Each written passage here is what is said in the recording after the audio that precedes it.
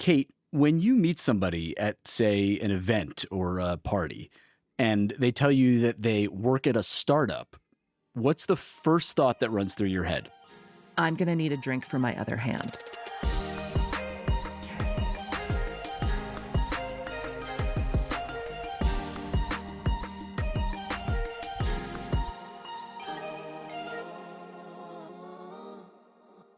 I'm Kate. And I'm Jake. We are friends, organizational psychologists, and one of us is exasperated by the sound of Jake's voice. And the other one is Jake. So this week's letter comes from someone we will call Brendan.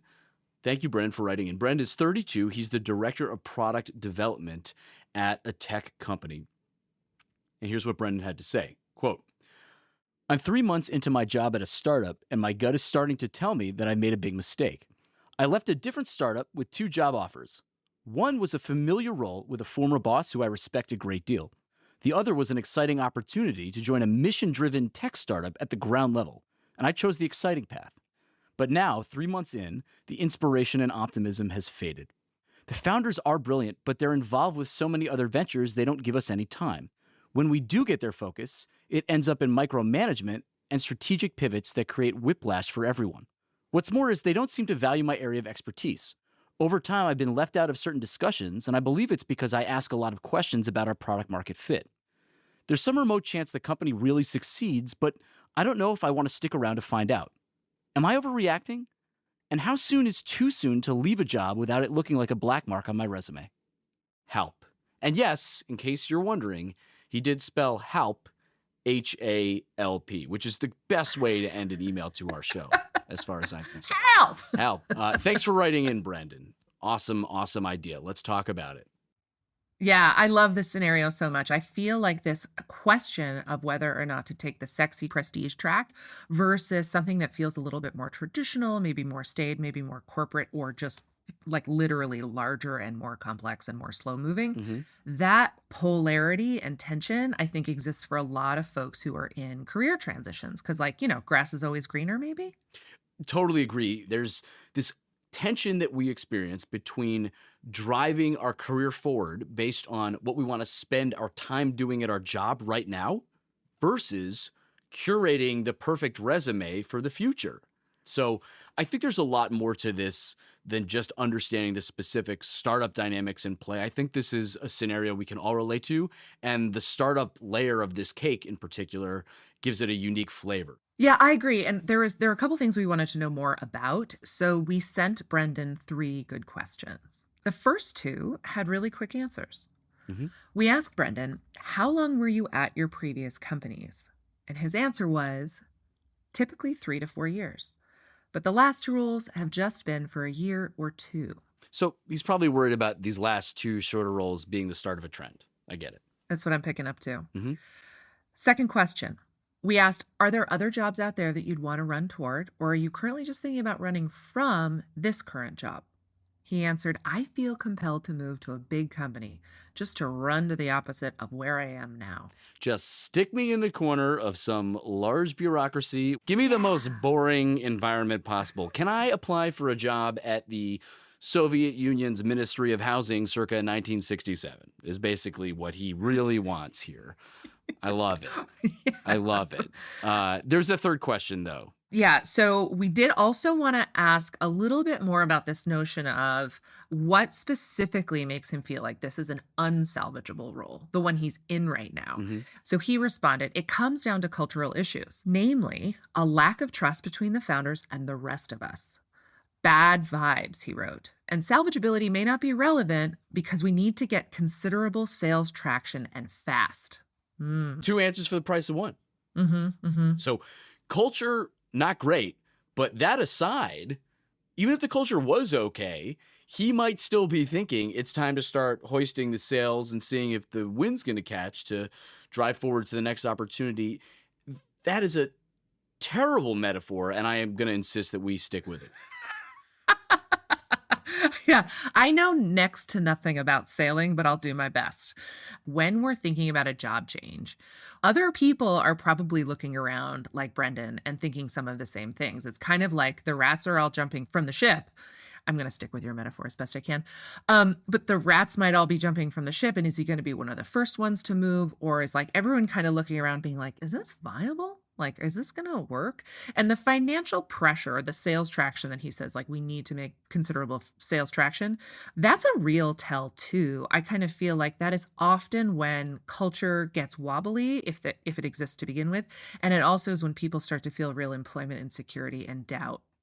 There is a real undercurrent of boat and sea related metaphors that you and I tend to pivot to. Gosh, let's see how long we can take this. Yes, and I'm sure our listeners are enjoying that. I agree. Let's pull apart some of the key issues that I think go beyond just Brendan's circumstances. And the first one that I want to tee you up for is this idea that you just brought up: financial scarcity being the driver of chaos in organizations. Organizations, I always think of them as like organisms, Mhm. like living beings, where if their survival is under stress, they are going to act very erratically, and actually often against their own interests as they try to stabilize. And often the employee experience, sense of security, and the comfort within which we complete tasks, do our jobs, reporting structures, etc., those all suffer in the midst of financial scarcity. So it kind of becomes like a survival mode thing.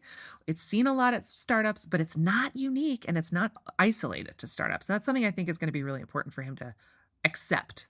I think it's really powerful takeaway for a lot of folks who are wondering, why is it that we keep doing things at my organization that nobody at the top would ever say we should go about acting this way if they were, rewriting their founding charter? But you're operating in a climate of scarcity regardless of the size. A startup is almost always in that climate of scarcity to the point where it's a culture of scarcity, but it can happen anywhere. Yeah, I think about those leaders that Brendan was talking about. And, we don't know a whole lot about them, but the idea that they are like, their attention is elsewhere and then they swoop back in and micromanage. So those are some factors that I think he really needs to kind of sit with. The second of the three issues that you and I want to dive into is one that I think you and I will call the resume problem. What is the right amount of time that we need to spend in a job before we go and do the next thing? Is it the 2-year thing? You've heard this, right? You got to stay in your role for 2 years, otherwise it sends a bad signal. Where did that come from? I have no idea where it came from, other than maybe 1965. Yeah, I was going to say it came from the Soviet Union's Ministry of Housing circa 1967. You had to stay in the same apartment for 2 years, and then you were forced to move out. Oh, wow. You seem versed in this. No, the resume problem is a real one. I think there's a much better, more nuanced way to look at evaluating the duration of time you spent in a role or at a company, and that is to think about it as a narrative. When you are trying to get the next job, the idea is you want to put a narrative in front of the recruiter, the hiring manager, about why you would be great for that role at that organization. A seemingly picture-perfect resume with the right amount of job history and educational experience, etc., is a very straightforward, easy way to get that narrative in front of somebody who has limited time and space to go and view the amount of candidates that they're seeing these days. But it's not the only way, and it's certainly not, in my opinion, worth dealing with being the last rat on a ship that you think is sinking. Yeah, I couldn't agree more. But I'll add to this that I think the perception of time and job hops and career transitions just got super scrambled in the last couple of years. We can call it the pandemic, we can call it economic impacts of whatever. But even in the last 1 year, we've seen layoffs, sometimes multiple rounds of layoffs, hit previously impervious industries like tech, like big tech. And as a result, for recruiters, anyone who might see Brendan's resume or anyone else's resume, they can't make as many assumptions about it. There's almost a lot more room and permission to have those conversations around the narrative. And then I agree with you also, Jake, that like the story we tell about those transitions or intervals, we have to be really clear and confident about what we've learned. I think that's a huge thing for me and the clients that I work with. That story or a narrative becomes increasingly important the further we get into our careers about why we've made choices or why we've maximized certain opportunities. It's not just about time. The third big thread here that we want to pull on is this us versus them dynamic that tends to show up in the workplace when you work for a company. This came up in Brendan's letter, him feeling like leadership swoops in and everyone else is feeling that they're micromanaged and they don't have strategic direction. Tends to be pretty uncommon at startups because of the size of them. There just aren't enough people that are differentiated as sort of management and ownership, if you will, and labor. But more importantly, I think because there's also at a startup a very compelling mission that binds everyone together. In the academic language, there is this superordinate goal that everyone is very directly chasing. And spoiler alert, this is a red flag for me when it comes to us advising Brendan and the nature of the particular situation he's in, because I don't think that split should be as dramatic as it is. That feeling is something worth paying attention to as you think about addressing whether or not your career is in a spot you want it to be. Yeah, I'm going to tie it back to this idea of narrative. When we do have the opportunity to share the narrative about our most recent experience, it cannot include a story about how bad the management was at my last job. It cannot. But if there's already an us versus them, sort of a like sailors versus captains, do you see what I'm doing? I love what you're doing there. I thought you were going to bring it back to Soviet Union's Ministry of Housing, but you brought it back to No, I actually don't. I don't know the employment hierarchy of that particular department. But still, if there is an us versus them mindset taking root in Brendan or in any individual who's in an employment transition or contemplating a move, two things. One, reconcile it. I feel like there's something here to be reconciled within the organization of where you currently are. But there's also something to be like very aware of if Brendan does jump to another role, not to carry that with him. I always wondered if there is a way to artfully present to a future employer, potential future employer. Is there a way to signal to them that one of the reasons that you want to leave is because of mismanagement without making them feel like, well, here's someone who's going to be a problem as soon as they get here, the second they don't like a management decision? How do they say that tactfully? Or can they say it at all? This is not my advice, but I'm just saying this is where people often go, is to use coded language around like, oh, my last job was this and the... Wasn't a great cultural fit. Yeah. Yeah, exactly. Exactly. Where you're like, I think we're all smart enough now. I don't really think I agree with the strategic direction of the company. Yeah, I think the coded language is not the way to go anymore. Because it's vague, first of all, perceptible in conversation for any recruiter who hears a bunch of these kinds of stories. But for example, if I'm talking to Brendan, I would say like he's learned a lot from his most recent experiences. Like, what have I learned based on what mistakes I've seen or don't agree with? But only tell your side of the story around what you would like to build or what you'd like to see different. That's great because you're not throwing anyone else under the bus when you just talk about how you've viewed things and what you would do differently. If you're moving from one industry to another in a job application, you might have a little bit more leeway to talk about faults at your organization and essentially without being foolishly coded in your language. It's a particularly harder pivot to make if you're leaving your current job for a similar job at a similar size company in a similar geography in a similar space. If you are going, if you're going from Anthropic to OpenAI in the same product engineering role, it's just a tougher sell than saying, well, I was working at Anthropic, but I really want to work for the Ministry of Housing here in 1967. That's just a different pivot. You have a lot more permission to throw your old industry under the bus without it seeming offensive. So you're right. There's more of a tightrope walk if you're moving from something that's pretty similar to something else pretty similar. We do this podcast to help our listeners reach their potential at work. Our sponsor today, Inside Tracker, helps you achieve your goals at the office and at home. Whether you're training for the next Olympics or just trying to survive long enough to watch them on TV, Inside Tracker helps you feel stronger and live longer by designing a health plan exclusively for you, all through a simple blood test. I love Inside Tracker. I've been using it for years. It gives me the personalized information I need to make smarter choices about my diet and make sure my sleep and exercise are in balance so I can show up smarter tomorrow. Inside Tracker is giving Forces at Work listeners 25% off. All you have to do is go to InsideTracker.com and use the code FORCESATWORK at checkout. That's InsideTracker.com and use code FORCESATWORK. those are the three issues that you and I see running through this conversation. This idea, one, of financial scarcity, putting organizations, just like people, in survival mode. Issue number two, this resume problem of what is the appropriate amount of time to stay somewhere. And we talked about this idea of focusing on the narrative as opposed to the duration. And then the third issue is this idea of the us versus them dynamic that tends to take shape at organizations of all sizes and statures. And being mindful that, one, once you fall into that trap, it's a little dangerous. And two, try not to take that with you, I thought was a nice point that you made here. Let's get back to answering Brendan's original questions around the topic. He asked us two. He wanted to know, one, straight up, is he overreacting? Was his first question, and said, how soon is too soon to leave a job without it looking like a black mark on my resume?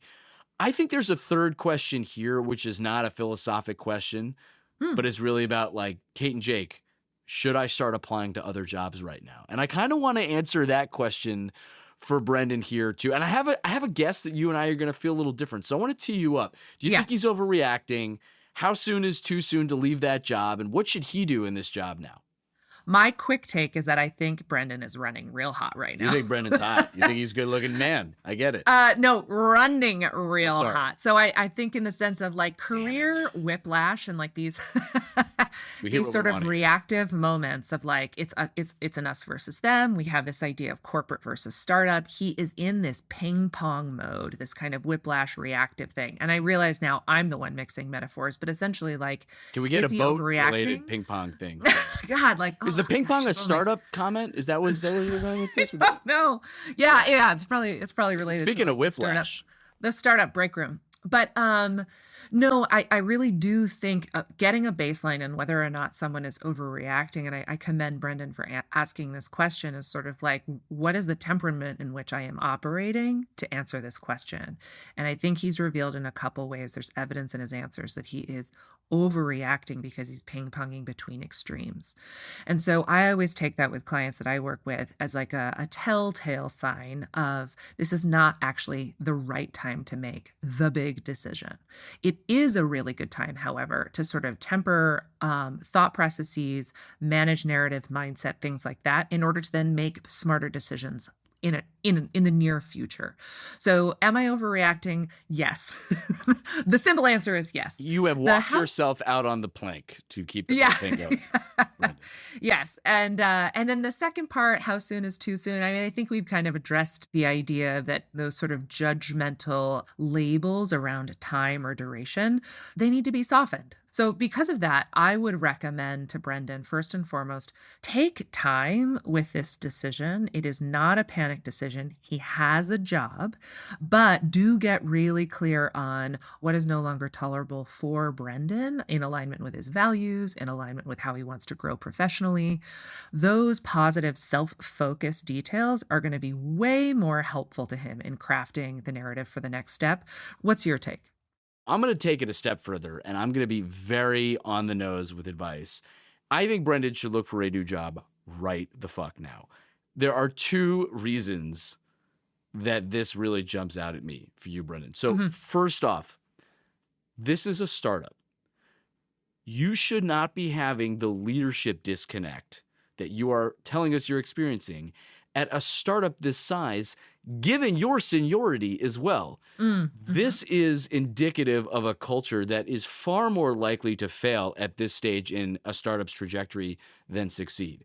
If you can't get the time of day from leaders and you work for a 40,000 person company, there might be bureaucratically justifiable reasons for that. If you're a fairly senior person at a startup that is so cash-strapped that you might not make it another quarter, and you feel like you're going weeks or months without really getting guidance from leadership, only for them to come back in and reset you, that is a huge red flag for me at any startup of any kind. So that's number one. Second, if you're really concerned about what's the minimum amount of time I need to stay, it's 3+ years for you in this job right now. You don't want to do that. The difference between you leaving after 5 months and leaving after 2 years does not matter. It's really about the narrative that you're going to be able to tell in the future about why you left this the way you did. And the first thing I want to suggest you do is go call your old boss, the one that you said that you respect, who gave you that offer.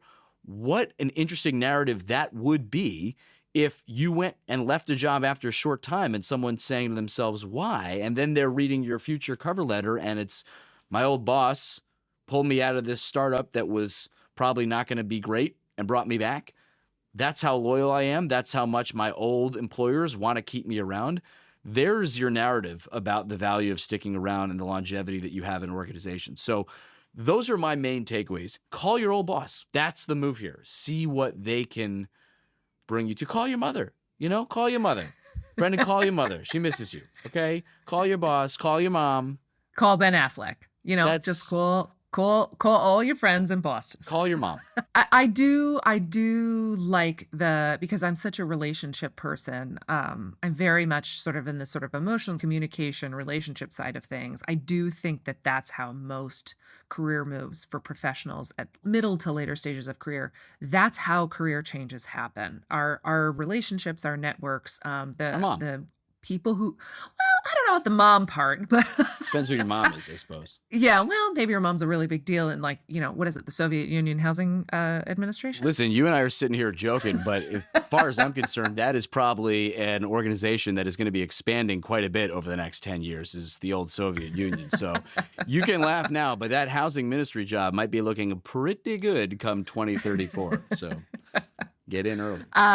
It doesn't only have to be your old boss, but like someone who knows you well professionally, who can speak to you about where you've come, where you're going, and who you really are and what's important to you. I also want to say that I love your comment about it might as well be 3 years in order for you to be taken seriously, sort of sticking it out at a startup. I think that is a really interesting sort of test, like a litmus test, to be like, if I can't see myself here for 3 years, then why am I sticking this out? So I think that's 13 really months interesting. doesn't somehow change the narrative for the person who's swooping in and looking at your resume that you submitted on LinkedIn. It's got to be really long. And it's not really going to change the way you talk about the experience when you're sharing your narrative with other people. So I like how hard you come down on the start looking for another job. I don't disagree with that, but I think that there's a lot of other additional work that can be done to make sure that in transition, Brendan feels as confident as possible and as connected as possible to sort of his tribe, the people in his network outside this organization. So in conclusion, Brendan, if you are feeling adrift, lost at sea, just remember to point the cannons towards the north and the sailor's delight, red sky. And the red sky at night means quit your job.